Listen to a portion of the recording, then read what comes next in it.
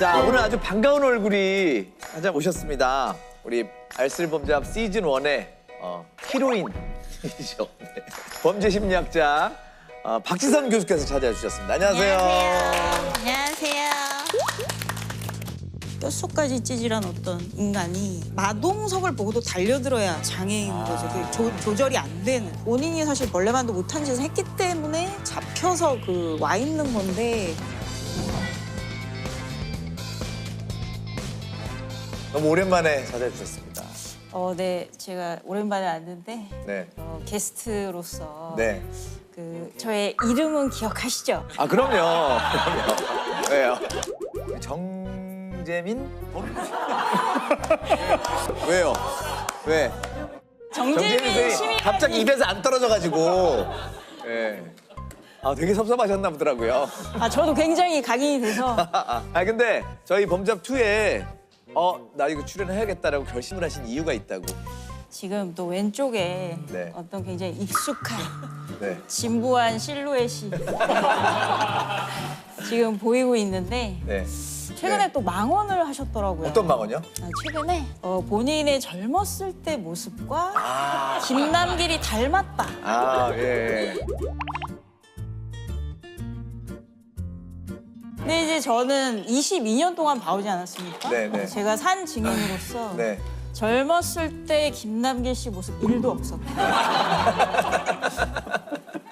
자, 이걸 그러니까요. 이 법정에서 꼭 밝히고 싶었어요. 자, 오늘 박지선 교수님과 함께하는 알쓸범잡 법원 세트장입니다. 서혜진 선생님은 뭐 거의 직장이시잖아요. 네, 제2의 직장 같은 거.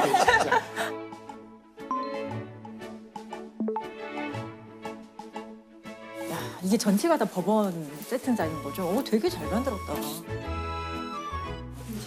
진짜 잘 만들었네요.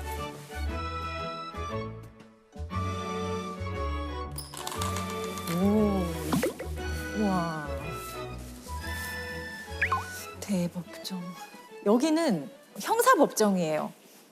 여기 피고인 앉고 검사 앉는 거 이거는 검사가 있기 때문에 이거는 형사법정. 뭐 죄를 졌을 때 우리 알쓸범잡에서 주로 얘기하는 범죄 사건이 이제 재판 왔을 때 이런 법정에서 많이 하는 거고 이거는 진짜 큰 법정이고요. 사이즈가 되게 잘 구현한 것 같은데 되게 똑같아요. 배치나 이런 것들. 근데 재판 되게 생각보다 재미없어요. 우리가 드라마를 통해서 되게 잘못 배운 대표적인 사례가 제가 볼 때 재판인데 당일날 와가지고 증거 제출하고 예를 들어 증인이 막 저기 문 열고 피 막 흘리면서 여기 왔습니다 이러잖아요. 들어오시죠. 재정 증인.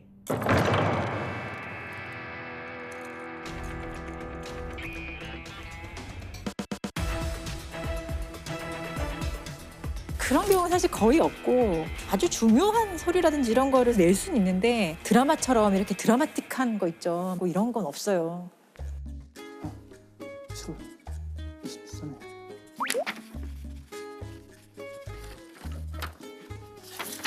이제 재판은 거의 대부분 아주 특별한 거 아니면 공개인데 못 들어가는 게 있어요. 그런 거 중에 좀 중요하게 취재를 해야 되는 게 있거든요. 그럴 때는 귀대기라는 걸 해요. 기자들 사이에 쏘건데 귀를 이렇게 대고 들리는 말을 막 적는 거예요. 막 적으면은 사실 여기서 제일 좋은 자리가 이 밑이에요. 왜냐하면 이러고 하다 보면은 여기 무릎이 너무 아프거든요. 강제 플랭크가 돼가지고. 그리고 이 밑이 약간 틈이 있잖아요. 그래서 좀 더 잘 들릴 것 같은 그런 느낌이 들어요. 그래서 그냥 양복 입었는데 그냥 누워가지고 해요. 이러고 누워서 이러고 이 자리가 되게 편해가지고 그래서 경쟁이 치열해요. 누우려고 막 서로 이 자리 맡으려고 이렇게 되고 막 이러고 하여튼 네, 그런 추억이네요. 우리 박지선 쌤은 법원에 가보신 적 있으세요? 법원. 저는 이제 법원 행정처의 전문 심리위원으로 일하고 있거든요. 그래서 보통 이제 하는 일은 피고인들, 주로 이제 강력범죄자들 범행 동기나 범행 심리, 행동 이런 걸 분석하는 일을 주로 하고 있고요. 근데 최근에 제가 전혀 다른 일로 법원에 갔다 왔어요. 준비성 있는 게스트답게 가져왔는데 이게 뭐죠? 이게 국민참여 재판에서 네. 저희 집으로 우편물이 날라온 거예요. 그래서 국민참여 재판에 배심원으로 초대한다는. 그래서 제가 이걸 받아서 배심원의 이제 후보로 법정에 간 거죠. 네. 너무 전문인 아니세요? 배심원을 참여하시기는 일반적이지 않은. 그래서 일단은 이제 출석을 했는데 제가 가보니까 배심원 후보로 수십 분이 오신 거예요. 로또 뽑듯이 그 번호가 담긴 공을 뽑아서 최종적으로 이제 배심원이 선정이 되는데 제 번호는 뽑히지 않았어요. 그래서 저는 이 기념품으로 이 멋진 에코백이. 에코백을 이런 거 주는구나. 근데 되게 정말 마음에 들어요. 여기에 법과 상식의 만남 국민 참여 재판이라고 그래서 되게 좀 의미 있는 시간이었어요. 아 근데 만약에 박진영 교수님이 배심원으로 선발이 됐다면 그러니까요. 배심원들 회의할 때 전부 박 교수님만 쳐다보고 있는 거예요. 그럴 수 있겠네요. 아니, 변호사님 실제 이제 재판을 보게 되시잖아요. 재판에 대한 여러 가지 생각을 많이 하시게 될 것 같아요. 네. 누구보다도.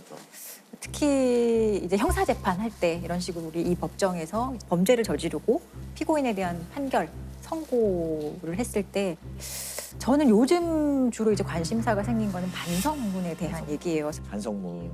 사실 너무 언급이 많잖아요. 반성을 했다고 해서 이렇게 감형을 해도 되느냐. 뭐 실형을 선고받아야 되는데 반성을 했다는 사유만으로 좀 경미한 판결을 선고하는 게 과연 적절한가 이런 얘기가 많잖아요. 실제로 반성문 써서 감형 받는 경우가 있잖아요. 실제로 많죠. 양부모의 지속적 학대에 시달리다 생후 16개월 만에 숨진 정인이 1심에서 무기징역을 받았던 양엄마는 2심에서 징역 35년으로 감형됐습니다. 반성문을 32차례 내는 등 범행을 자책하고 후회했다는 이유였습니다. 중학생인 딸의 친구를 살해하고 유기한 혐의로 구속된 어금니 아빠 이영학. 이 씨는 1심 선고를 앞두고 14차례의 반성문을 제출했고 형을 줄이려 노력해왔습니다.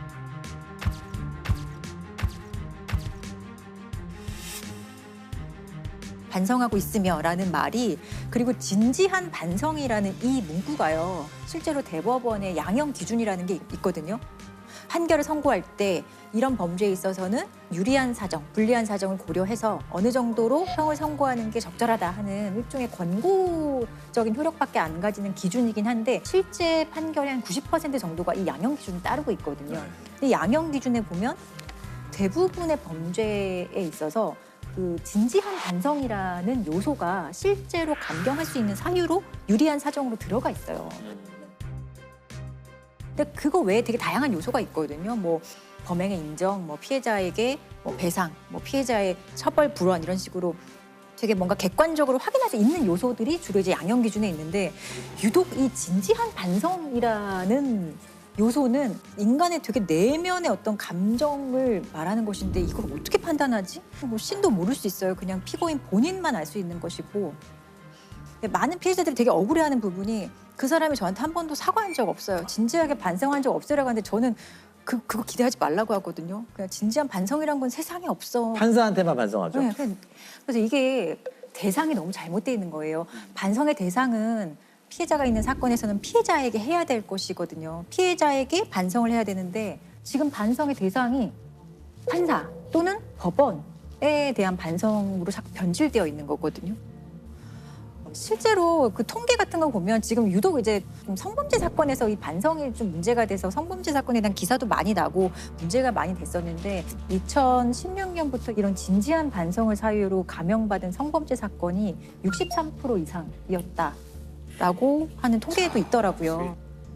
그 일종의 반성이 요식행위가 되는 거네요. 그럼요. 근데 보통 그 반성은 어떻게 판단하냐, 물론 혐의 인정도 중요한 전제지만 대체로 이제 반성문을 뭐 많이 냈거나 아주 잘 썼거나 그러면은 판사 입장에서도 뭐 이렇게 많이 냈으니까 뭐 근데 반성하고 있다. 대행업체도 있잖아요. 그럼요. 근데 이제 문제는 이런 식으로 원래 사실 있기는 했는데 요즘 좀 많이 활성화되고 있는 시장 중에 하나가 반성문을 대필해 주는 업체.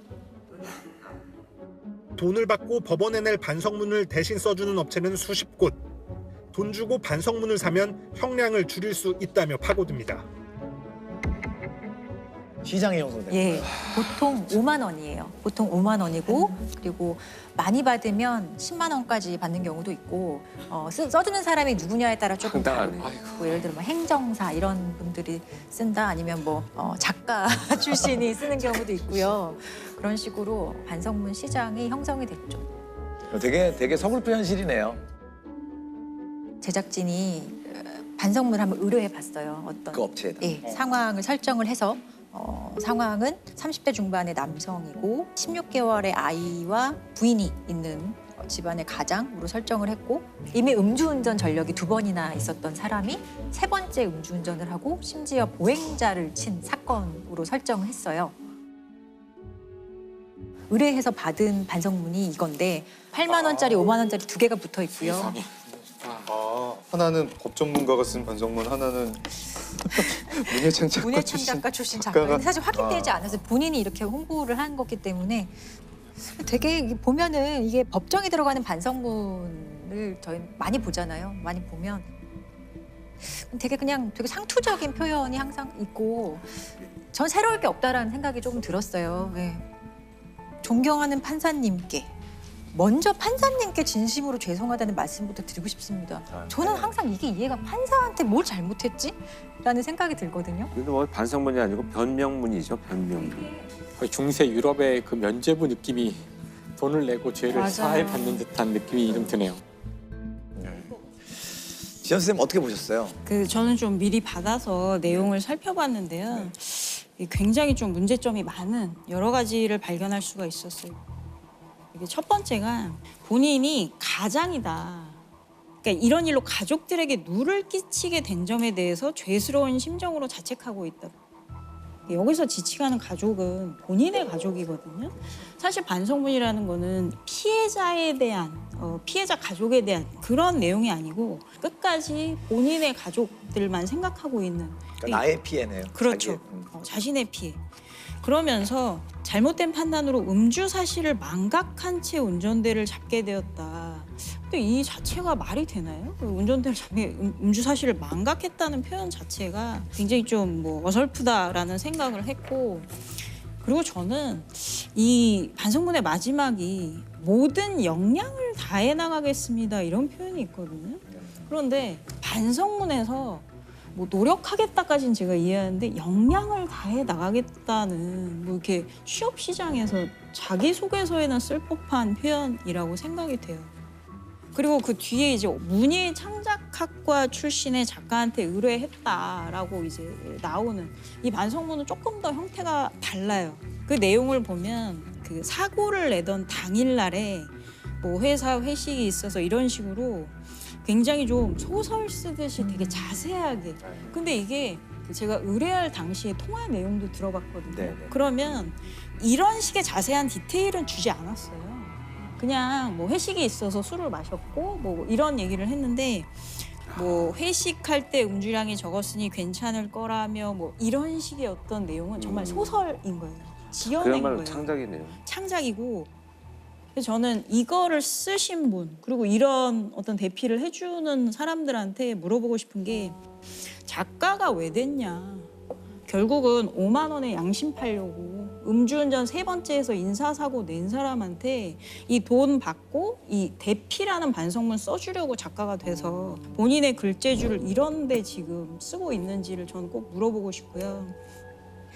그리고 저는 이 5만 원, 8만 원, 10만 원 앞으로는 30만 원짜리도 나올 것 같거든요. 사실은 이 돈이 있으면 이걸 의뢰할 그런 시간, 비용이 있으면 그 시간에 피해자한테 사과하고 배상해야 돼요. 그러니까 이런 식의 반성문은 무의미한 거고, 그리고 지금 이런 시장이 형성된 거는 사실 법원의 기존의 어떤 그 판결 관행도 문제가 있었던 것이고, 양형 기준으로서의 이런 진지한 반성이라는 거는 정말 이제는 조금 다른 방식으로 대체를 하는 방식 또는 폐기하는 방식, 법원이 이제 진지하게 반성해야 될 시간인 것 같아요. 아니 최근에 재판 때는 반성문을 100장 넘게 썼던 조주빈, 또 옥중 블로그 논란이 좀 있었어요. 네. 사실 제가 지난 그 경찰서 편에서 잼번방 사건을 다뤘었잖아요. 그래서 조주빈이 그 뒤에 어떻게 됐는지 좀 궁금하기도 했는데 텔레그램 박사방을 통해 성착취물을 제작 유포하는 등 범죄 집단을 조직하고 범죄 수익을 숨긴 혐의 등으로 기소된 조주빈. 대법원 판결이 나오기 전에 작년인데요. 블로그를 하나 개설을 했다고 하더라고요. 그래서 조주빈입니다라는 그 블로그를 개설하고 거기에 자신의 상고 이유서와 그다음에 자필 사과문을 올렸어요. 본인이 물론 운영할 수가 없겠죠. 지금 감옥에 있으니까. 그래서 그 아버지가 대신 운영을 했다고 알려져 있더라고요. 그래서 그 내용을 보면은 자신의 죄를 뉘우치는 듯한 그런 내용이 쓰여 있거든요. 자필로.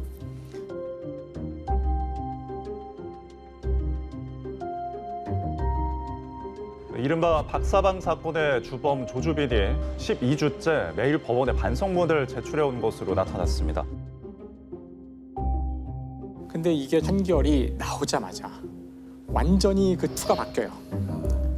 그 사과문에서는 존댓말로 이렇게 다 뭐뭐입니다 이러다가 벌써 판결이 나오자마자 뭐뭐다 뭐가 아닌가 뭐 이런 식으로 확 바뀌고 이 판결을 받아들일 수 없다는 식의 내용이 나오고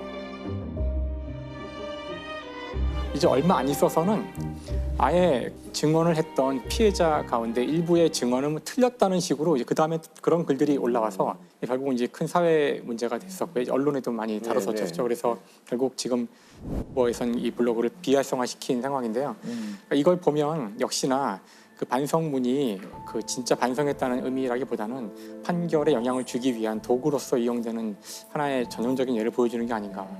조주빈은 그 반성문이 반성의 의미가 아니어서 반성문에 대해서 사실 재판 과정에서 판사가 좀 지적을 하기는 했었던 사안이긴 해요. 근데 사실 전형적인 사례인 거죠. 반성문이라는 이름으로 제출을 했지만 반성하지 않았고 본인이 오히려 피해자인 것 같이 반성문을 여러 번 제출했었어요.